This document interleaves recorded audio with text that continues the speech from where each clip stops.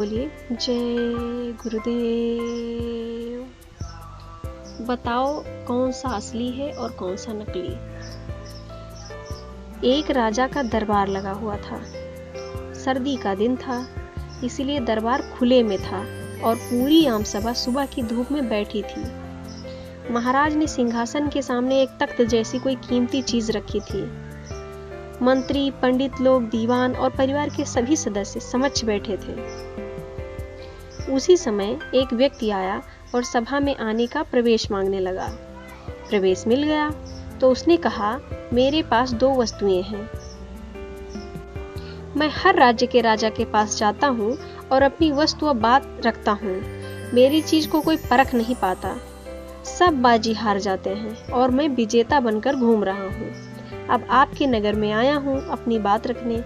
राजा ने पास बुलाया और कहा कि क्या बात है और शर्त क्या है। तब उसने दोनों वस्तुएं टेबल पर रख दी, जो दिखने में बिल्कुल एक समान, आकार, वजन, रंग, रूप, प्रकाश, बनावट सब कुछ एक समान था। दोनों को देखने पर कोई अंतर नजर नहीं आ रहा था, जैसे एक ही सांचे में ढली हूँ। राजा ने कहा, ये दोनों वस्तुएं एक ही हैं। तब उस व्यक्ति ने कहा, हाँ, दिखाई तो एक सी देती हैं, लेकिन ये हैं भिन्न भिन्न।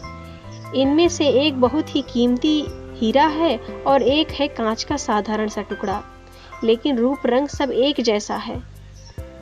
आज तक कोई इसे परख नहीं पाया कि कौन सा हीरा और कौन सा कांच का टुकड़ा है। कोई अगर हो तो परख के बताए कि इसमें से हीरा कौन सा है और कांच का टुकड़ा। अगर परख खरी निकली तो मैं सर हार जाऊंगा और यह कीमती हीरा मैं आपके राज्य के तिजोरी में जमा करवा दूंगा।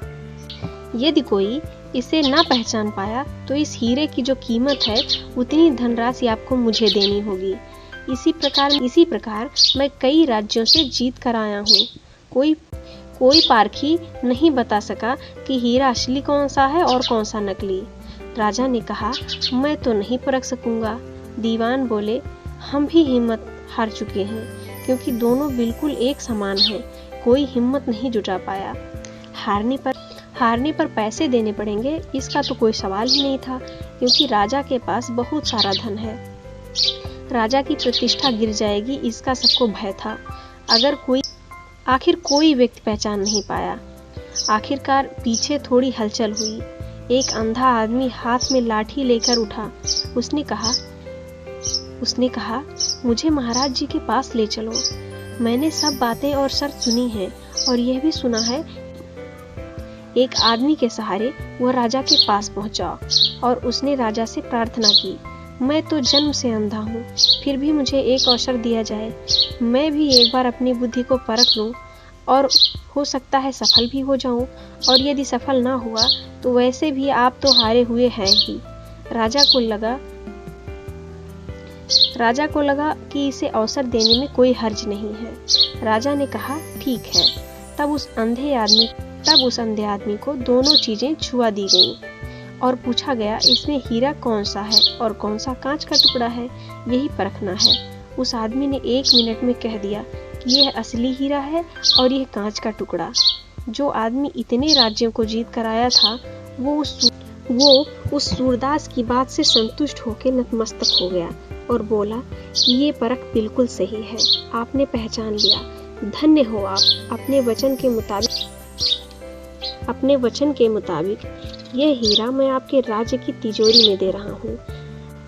राजा और राज दरबारी आदि सभी बहुत खुश हो गए और जो आदमी आया था वह भी बहुत प्रसन्न हुआ कि कम से कम कोई तो मिला परखने वाला। राजा और अन्य सभी लोगों ने उस अंधे व्यक्ति से एक ही जिज्ञासा जताई कि तुमने यह पहचाना कैसे कि यह हीरा और यह कांच का टुकड़ा है। उस अंधे ने कहा कि सीधी सी बात है मालिक, धूप में हम सब बैठे हैं। मैंने दोनों को छुआ। जो ठंडा रहा वह हीरा था और जो गर्म हो गया वह कांच का टुकड़ा। हमें जीवन में भी यही सीख मिलती है कि जो बात में गर्म हो जाए, उलझ जाए, वह कांच के टुकड़े के समान है, और जो विपरीत परिस्थितियों में भी ठंडा रहे वही असली हीरा है।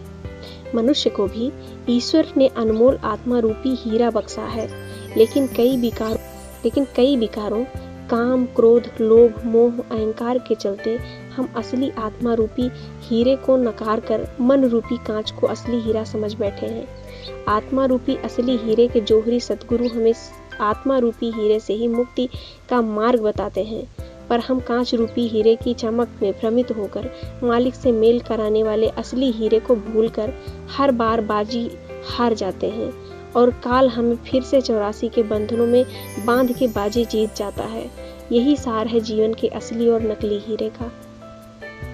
तो ये कहानी कैसी लगी आप लोग कमेंट बॉक्स में ज़रूर बताएं, और इससे आपको क्या सीख मिली इसको भी बताएं। और अभी के लिए बस इतना ही, और मिलते हैं नई कहानी के साथ। तब तक के लिए